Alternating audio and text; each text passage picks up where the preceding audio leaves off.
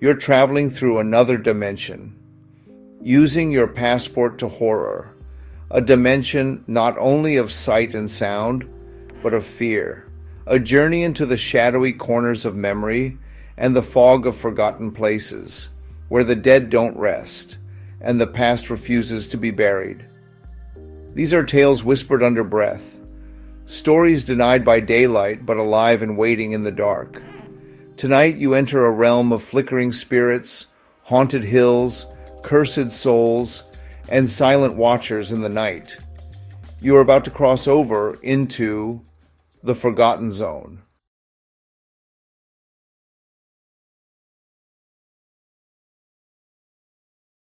The first real story is about the Frail Old Man.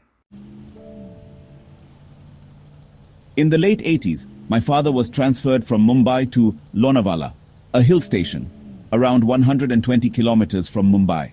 I was in the 9th grade. My mom, my elder brother, and I would visit my father during our summer holidays.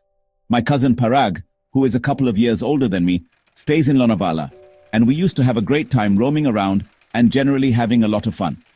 Our favorite pastime was to go at night to a nearby hill, overlooking a school on our bicycles with a flask of coffee, chat, enjoy the cool breeze, and gaze at the stars. Two friends of Parag also used to come along on their bicycles. One night we were at our rendezvous as usual, chatting and having coffee when we saw someone coming towards us. As the figure came near, we saw that it was a frail old man. It seemed strange for someone to be there at such a late hour. Out of curiosity, we asked the old man who he was and whether he needed any help. The man told us that he lived in one of the nearby villages and had to catch the late-night train to Mumbai. He was going to Mumbai to visit his son and was on his way to the railway station. Taking pity on him, and also due to the fact that he would miss his train, Parag offered him a ride on his bicycle to the railway station. My brother and I also went along with Parag on the other bikes with his friends. After dropping him off at the station, we again came back to our spot and began chatting away. Something then happened which still sends a shiver down my spine even after all these years. It must have been around half an hour after we dropped off the man at the station. We were feeling sleepy and were planning to go back home. We suddenly saw a figure coming towards us in the darkness. Imagine our shock when we saw the same frail old man again coming towards us, asking us for a lift to the railway station where we had dropped him a short while ago. Everyone was shocked. We felt as if we were in a trance and unable to move. It was just impossible for the old man to trek back from the station and reach our place in 15 minutes. It had taken us around 30 minutes to drop him off at the station and come back on our bicycles.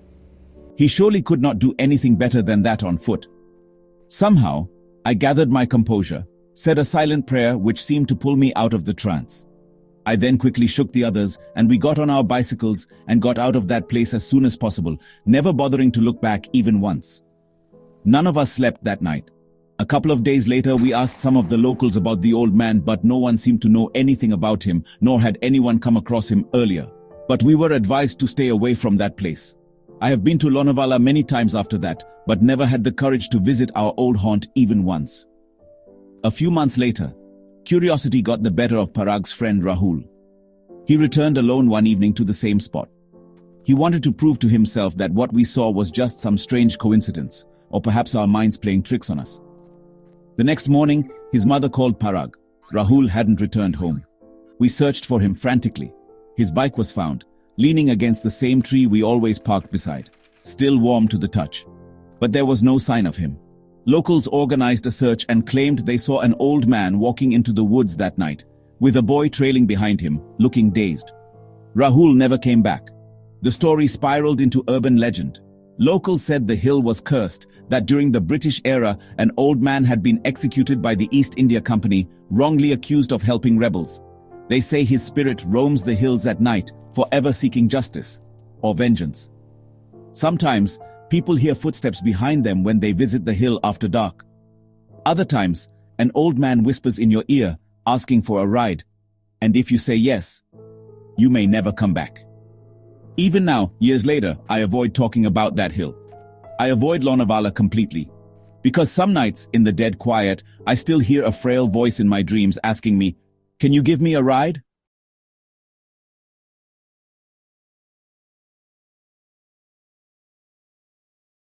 This second story is about the Ghostly Hitchhikers.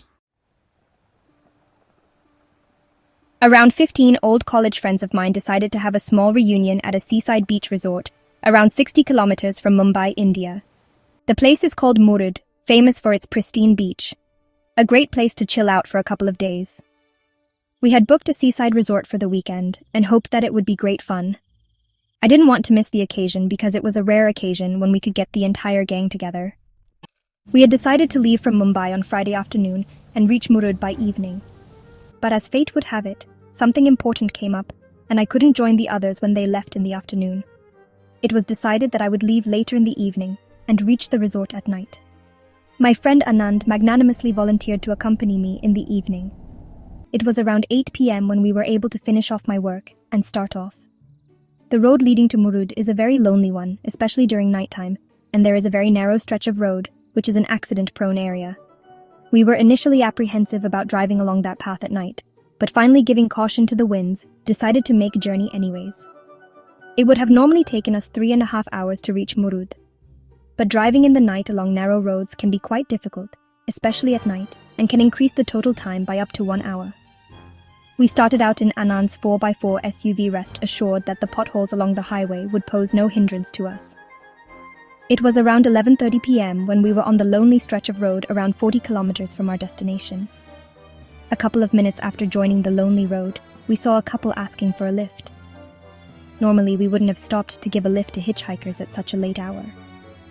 But the couple looked like honeymooners who had come to spend some quiet time together after marriage. On closer inspection, they seemed well-spoken and safe enough to give a ride. The guy told us that they were staying at Kashid Beach, around 10 kilometers from Murud. They were staying at a resort there and had been stranded for 2 hours. They had rented a bike for the evening, but it had suffered a puncture. I could see a bike parked on the side of the road with a punctured tire, and so it made his story more believable. We asked them to hop in and told them that we would drop them off at their destination, which was on the way. Along the way, we found that both of them had a good sense of humor, and we found that we got along quite well. They introduced themselves as Ravi and Sunita, married recently, and had come over to Kashid Beach Resort for a honeymoon from Mumbai. Time passed by, and the conversation grew lesser, since all of us were quite tired. However, our couple had made themselves comfortable in the back seat of our car, and all we could hear were whispers from the back seat. Anand and I smiled silently at each other, but said nothing. Then something chilling happened, which still gives me the creeps. Somewhere near Kashid, our vehicle suddenly came to a halt. I knew that we had a full tank of petrol, and it wasn't the reason for this. Without looking back, I got out of the car and opened the bonnet, trying to figure out the reason for the sudden breakdown. I heard the guy Ravi call out, asking whether I needed any help. I couldn't see him because of the open car bonnet. Surprisingly, there was no word from Anand, who was my co-passenger, and would naturally have come out of the car to give me a hand. I called out to him and walked to the window. Anand was just sitting there sweating profusely. He looked at me and pointed to the back seat with trembling hands. What happened next is truly eerie. I could still hear the couple in the back seat of the car whispering to each other, a couple of feet away from me, just the way when we were traveling, but there was no one there now. Continuous whispering, but only empty seats. My head started reeling, and I thought that I would probably lose consciousness and faint. Gathering all my strength, I opened the door, got Anand out of the car, and we ran from there like our lives depended on it. When we were a couple of meters away from the car, we heard a loud laugh in a man's voice and a wail in a woman's coming from the car. After that, there was eerie silence. Fortunately for us, there was a police station around half a kilometer from where our car broke down. We were badly shaken and on the verge of collapse. The cops on duty were very sympathetic to us, but were not surprised on hearing our story. They told us that this wasn't the first occasion that such a thing had happened. It seems that some years back, a honeymooning couple who were stranded on the lonely road at night were brutally murdered. Their bike had developed a puncture, and they tried to hitch a ride to their resort, which happened to be at Kashid. They hitched a ride from the wrong people, and eventually met their grievous end. The sightings had happened a couple of times earlier, too. We were told by the constables to spend the night at the police station. We immediately called up our worried friends and informed them about the incident. We also forbade them from driving down on that road, as we did not want a repeat of the incident which happened to us. Anand and I spent an uncomfortable night at the police station. We couldn't believe that this had happened to us. Next morning at around 6 a.m., the cops escorted us to our car, which was now empty. A friend also arrived there shortly. We thanked the cops for their help and started back towards Mumbai without even bothering about the reunion plans. I was just happy that both Anand and I had escaped unscratched. While driving down towards Mumbai, I sleepily glanced from the window where we had picked up the couple. I could not see the bike which we had seen last night, but I definitely thought that I saw an old worn-out rusty bike tire lying on one side of the road. I might be wrong considering the state that I was in after the previous night's ordeal. I went to Kashid a year later. On the way, we stopped at the police station and inquired whether any further sightings of the couple had been reported. We were happy to learn that there were none after our incident. I can only hope and pray that the souls of the poor couple find peace. For months after that night, Anand and I struggled with sleep. I would jolt awake at 3 a.m. sharp, drenched in sweat. Once I swore I saw someone standing at the edge of my bed, a woman with wet hair, eyes wide open, whispering something I couldn't hear. Anand told me he started dreaming of long, empty roads. In the dreams, we were in the SUV again, and the couple was always in the back seat. Only this time they weren't whispering. They were staring at us, silent, and their faces were wrong, twisted, burned, barely human. Eventually, I couldn't take it anymore. I went back to the police station near Kashid with an offering and asked around. An elderly constable who looked like he'd seen too much in life pulled me aside. He told me the place we saw them, where we picked them up, was where their remains had been found years ago, buried in a shallow grave. The bike was used as bait, still propped against a tree until it rusted into oblivion. He leaned in and said, "They don't want revenge, they just don't know they're dead." Then he warned me, "Don't answer if they ask for help again, don't even look at them." To this day, I avoid that stretch of road, but every now and then, when the moon is full and the night is still, I think about Ravi and Sunita. Maybe they're still waiting on the side of the road, whispering, riding, laughing in the dark.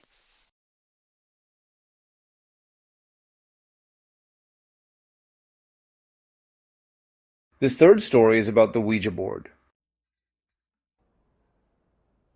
Pestered by the remorse of my friend's grandpa, we figured out a way to find out what he wanted from him or what he was trying to put across. The solution was the Ouija board. We attempted it one fine Saturday evening. My friend Jabez was very new to this. He hesitated a bit but later put up some guts and we sat at it. We started it. After a while we knew that we had initiated another problem. We had his neighbor with us in the process. All three of us were at it. The problem arose when we tried to contact his grandpa but instead made a doorway for another spirit. We didn't realize we had conjured up some other spirit until the neighbor started laughing out loud and simultaneously crying, startling the two of us seated right beside him. Though we didn't get a message from it, we could absolutely feel its presence inside the room. The guy started crying out too loud, and we heard him talk like a woman. This confirmed that it wasn't his grandpa. His crying intensified. Terrorized by this, we skipped and wrapped the boards back, trying to get him out of trouble. We left the room and put him to sleep. He did sleep. This night was the first ever that I witnessed the works of a poltergeist. We started hearing things, seeing things flying around and things moving right before our eyes, and to our shock some elements defying gravity. My friend almost lost it. I could see him shivering. I knew we had worsened the situation and had welcomed something else. The cot started shaking too. The neighbor who was upstairs came down. His eyes were like flames of fire, looking straight into my eyes and stood staring for a very long time. In an instant he charged towards us and pinned me down. I couldn't believe he had so much strength in that petite body. The blow he gave me left me unconscious. It was also because of the impact of my head hitting against the solid floor. I blacked out. I was awoken by Jabez's parents the next day morning. They misunderstood the whole thing, thinking we were all lying down drunk. The neighbor had left. However, he was seriously in trauma for the next few weeks. Jabez and I were equally troubled too, except for the fact that my physical injury turned my attention from it. This didn't end with this. Now Jabez's family is facing serious problems and can't enter a room alone. We tried to figure out the problem but ended up bringing up a new one. The problem gave over after we called for a priest and he blessed the home and some of the locals did some rituals. Everything's back to normal except for the fact that Jabez's neighbor reacts very strangely. He seems to have completely forgotten the two of us. He doesn't smile at us, or doesn't even react at us. We screwed up totally. At least he's getting better now. But since this, we have not encountered anything with his grandpa. A week after the priest visited, we thought things were back to normal, until Jabez called me in a panic. His neighbor had started sleepwalking, ending up outside in the middle of the night with no memory of how he got there. Worse still, he spoke in tongues, his voice fluctuating between male and female tones. We tried to ignore it, but objects around the house kept breaking inexplicably. Mirrors shattered, candles flickered without wind, and the Ouija board we had hidden in the storeroom kept reappearing in the living room. One night, Jabez swore he saw a figure, a woman with no face, standing at the edge of his bed, mouthing words he couldn't hear.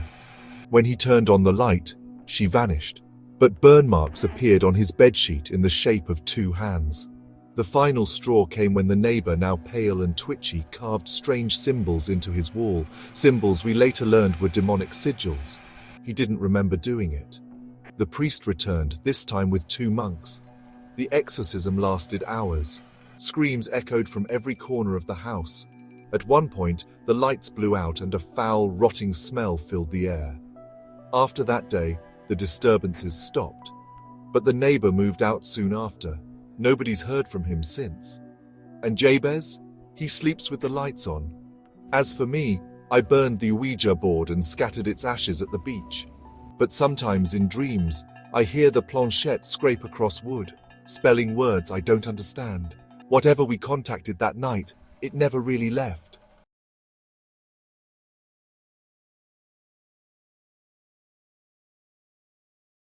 This 4th story is about the parking lot ghost. People generally relate ghosts and incidents of haunting with old, dilapidated, spooky houses, castles, palaces, etc. But the incident, which I'm about to relate, actually happened in my office where I worked for around 6 years. I used to work for an organization near Mumbai, India, which catered to clients based out of UK and US. The office was operational 24/7 because of the different geographical locations which our clients were based out of. The office was not actually in Mumbai city, but in Navi Mumbai, which is outside Mumbai, and is therefore not as crowded as Mumbai. I worked in that organization from 2001 to 2007. We usually had operations working in 3 shifts, the last shift ending at around 3 a.m. There were cabs hired by our company, which were used to take staff back to their homes after their shift ended. I was working in the late night shift one day, and being in the technology team, my work extended beyond 3:30 a.m. I came out of my office to the car park where one could avail cabs. To my dismay, I found that all the cabs had left for the day, and I was the only one left. Dismayed and tired, I was thinking about the next course of action when I heard someone coming into the car park. It was a young lady, smartly dressed, about 23 to 25 years of age. She came to me and asked me what the time was and whether I had missed the last drop. I told her the time and asked her whether it was the same case with her. She just smiled, shook my hand, and walked away briskly. Something just didn't seem right. Her hand seemed very cold. It was also not common for people to hang out at the car park at such an unearthly hour. The eerie smile and calm behavior of the girl was a bit surprising and unnerving too.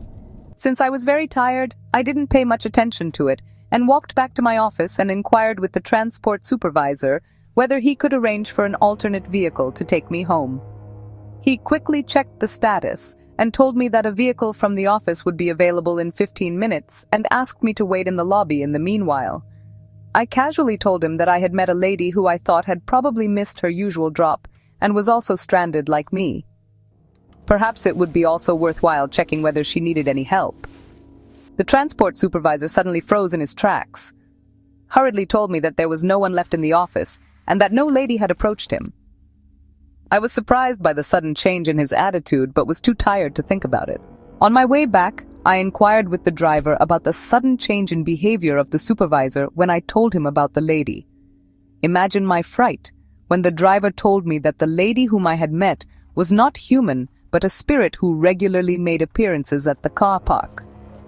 Many of the drivers had unknowingly encountered the spirit late at night after around 3 a.m. The appearance of the lady described to me by the driver exactly matched mine. He further informed me that a couple of years earlier there was a lady who was molested, and had died in that parking lot. Perhaps it might have been her spirit, though, he wasn't exactly sure. At this point of time, the entire sequence of events began to run through my mind, sending a shiver down my spine. I could only think about her eerie smile and the icy cold hand now, though I had not bothered much about it earlier. Though shaken, I quickly regained my composure and sat uneasily through the journey back home, which seemed to take ages. After this experience, I made sure that I was never alone in the parking lot ever again. But at the same time, I really felt pity for the poor lady who suffered such a violent fate. After that incident, I started asking around quietly at the office. One janitor admitted that he'd seen the lady too, sometimes pacing the lot in the early morning hours. He said she often stood beneath the last lamppost, where the light always flickered, and stared at the building without blinking. Others spoke of hearing soft weeping near the stairwell, or seeing shadows move across empty glass walls. Curious and a little reckless, I decided to stay back one night to see if I'd spot her again. I waited near the cab pickup area, recording video on my phone. For the first hour, nothing. Then just after 3:10 a.m., I heard footsteps. She appeared exactly as before, calm, poised, with that same eerie smile. But this time, she didn't stop. She walked past me and whispered something. I couldn't make it out then, but when I replayed the video the next day, I heard it clearly. He never made it home. Chills flooded my body. I dug into local news archives and found something horrifying. 2 years before the incident, a cab driver had picked up a young woman from the lot late at night. The car was found in a ravine the next day. The woman's body was there. The driver was never found. Some say he fled. Others, that he still drives those who shouldn't be seen. I don't use the company cab anymore, and I never walk near the parking lot after midnight.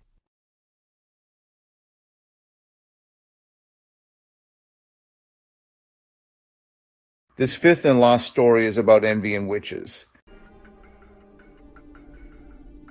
I have had something strange happen to me over the last few months, and I'd like to share with you. Perhaps someone could help me make head or tail of it. My mom passed away 2 years ago, and my aunt, who's always been highly competitive and jealous of her, passed away a few months ago as well. In life, my mom always said my aunt dabbled in the black arts and stuff, but I rarely believed her. Typical, I know now.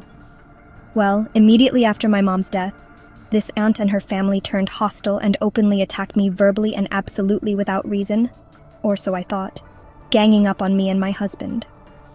Now I know it had to do with some property matters that are irrelevant here, but for the record, I stand to inherit my grandfather's substantial property. If I'm out of the way, these people get my share. Now, last October, on Halloween, God, that sounds corny, I had this strange experience. I and my hubby were at a weekend home we have. I was sleeping with the windows wide open that night. Normally I keep just a couple of inches open for air. To cut a long story short, I had the first night hag experience of my life. I dreamt a horrible female apparition was trying to hurt me. The experience was so real I awoke, and I'm ashamed to say, did not dare open my eyes for fear of what I may see standing by my bed. I may add that I'm normally a bold person, the kind that walks into a dark place with no fear. What struck me at the time was that my hubby was tossing and turning restlessly in his sleep at the same time. He usually sleeps peacefully enough. Another thought that passed through my mind was that it had climbed in through the windows. Well, a few days later, we saw this jet black cat with green eyes wandering about. The caretakers did not much care for it, though I didn't believe in the black cat stuff. Her pelt was black as night, and a couple of times she sat near my windowsill, watching me. My attempts at friendship failed. But cats are usually not very friendly, I said to myself. A few days later, I started to get sick, really sick, like the bedridden variety. Now I'm a fairly active gym-going person. The doctors were baffled, but after changing a few doctors, I did get better, but I'm not completely recovered. Yesterday, my husband, who's away on tour, had the honor of visiting a famous and revered temple in the hills, the Kamaka Temple. It's known for its festival in the month of May, I think, when a multitude of tantrics and witches gather here. It's said a lot of witches fly in internationally just to be here, and the power is phenomenal. Well, he visited, did a few rituals and rites told to him, perhaps in relation to my health and other problems that have plagued us relentlessly these past 2 years. Now this morning we get a call from the caretaker. Guess what? The black cat was found dead under a lychee tree this morning. The boys were baffled. How did she die? They examined her for bite marks, Maybe a snake or something got to her. Highly unlikely. No bite marks. Accident is ruled out, and it happened in the garden, for God's sakes. What happened, nobody knows. Coincidence? I agree with Oprah. There are no coincidences, or are we all collectively overreacting? After the black cat died, strange dreams began tormenting me. I'd find myself wandering through a forest of twisted trees where every shadow whispered my name.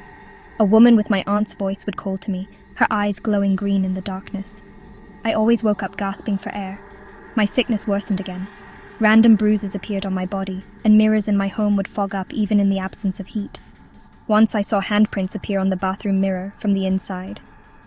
When my husband returned, we consulted a tantric in secret. He confirmed what I had feared. The black cat wasn't just a cat. It was a familiar, a conduit for a spell of affliction sent by someone tied to me by blood. He performed a cleansing ritual, during which the flames from the diya burned black. He said the energy was dying, but not gone. Later that week, the caretaker told us something else. The lychee tree where the cat had died. It had rotted from the inside overnight, completely hollow. Since then, the dreams have become less frequent. But my aunt appears in them still. Only now she says nothing. She just stares, unmoving, while the wind howls behind her. I've taken precautions. Salt in corners, tulsi at windows, mantras on repeat at bedtime. But deep down, I worry. What if the cat wasn't her only link to this world? What if the ritual only severed one thread? Coincidence? No. Something darker tried to worm its way into my life. And maybe, just maybe, the Kamaka temple gave me a second chance. But if that black cat was truly her link to this world, I wonder, what would happen if she found another?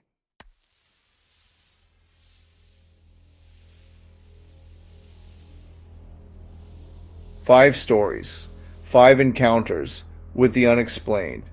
Maybe they were just hallucinations. Or maybe they were warnings, whispers from a world just beyond our own. But one thing is certain. Once you've seen the shadow, it never truly leaves. Sleep tight. And if you hear a knock or a whisper or a cold breath on your neck tonight, remember, you've already crossed into the forgotten zone with your passport to horror.